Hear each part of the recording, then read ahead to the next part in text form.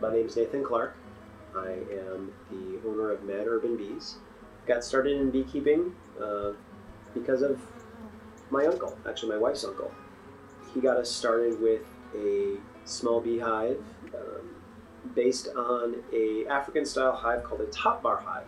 However, the hive was too small, the weather was too warm, we were new at it, the bees swarmed, ended up in our neighbor's yard.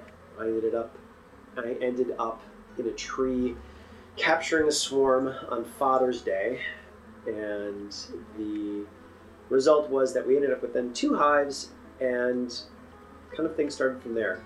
So with Mad Urban Bees, I'm trying a different kind of apiary. Instead of having all my hives in one location, I'm going to be spreading them around the city. And with that, I'm looking for people to host my hives in their property. So the hives are going to be on their land and traveling 2 miles around their property to get food. So it's going to give a real... So by spreading things out, I'm not concentrating the bees in one area, so they're not going to be competing for food as much. So it's really going to allow the bees to get the best of kind of both. They're going to be managed by a beekeeper, me, so that's going to be able to try to manage them as a whole unit, but also their location is going to allow them to be able to get the largest, widest variety of food. Radically changed how I viewed local agriculture and local food. And so just overall, it became more of how we ate every day.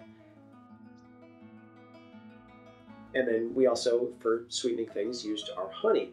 And one thing I've learned with the honey is that it changes through the seasons.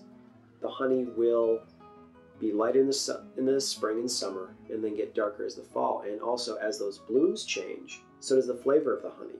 So the urban honey that I get in the spring has a little bit more of a spicy flavor to it. It's more floral. I don't know if it's lilacs or the dandelions. You know, there's so much different variety of the blooms that the bees eat. And then towards fall, you get a little bit more of the wildflowers. So in the spring, it's a lot of trees and small ground flowers. And as we get towards fall, it's more of the native grasses, black-eyed Susans, asters, those sort of flowers more towards end of summer and fall. And the honey also gets a lot darker with that. So for me, one of the things I want to do with Mad Urban Bees is actually showcase that seasonality. Actually, so far I've been selling my honey mostly through just me.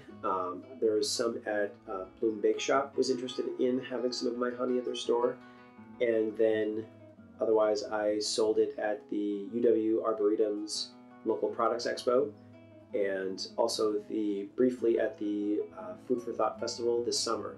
And so overall, I was really impressed with the reception. I was very surprised that people were not just happy that it was local honey, but also that it was urban honey, that this came from their city, that it was even, I guess, more local.